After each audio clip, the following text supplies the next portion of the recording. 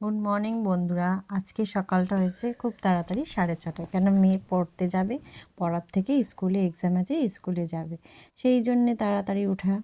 সেই জন্যে তাড়াতাড়ি উঠে আগে দিয়ে আসলাম, দিয়ে এসে তারপর আমি এখানে বসেছি চা খেতে।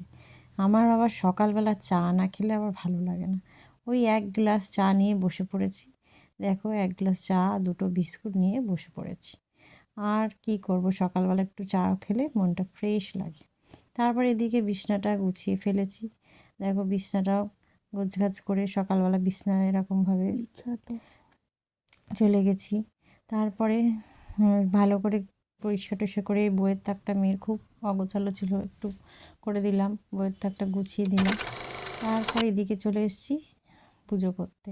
পুজো করার পরে আমি দেখো ঠাকুরকে খেতে দিলাম আজকে লেবু আর লকুনদানা দিয়ে।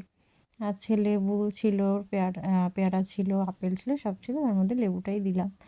আর এইদিকে আমি সুন্দর করে ঠাকুরকে ফুল, আমার গাছের ফুল দিয়ে ঠাকুরকে পুজো দিলাম।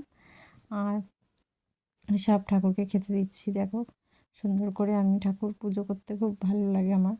আর এদিকে প্রদীপ, ধূপকাঠি দেখিয়ে দিলাম। দেখানোর পরে এখন আমি পাঁচালি করছি।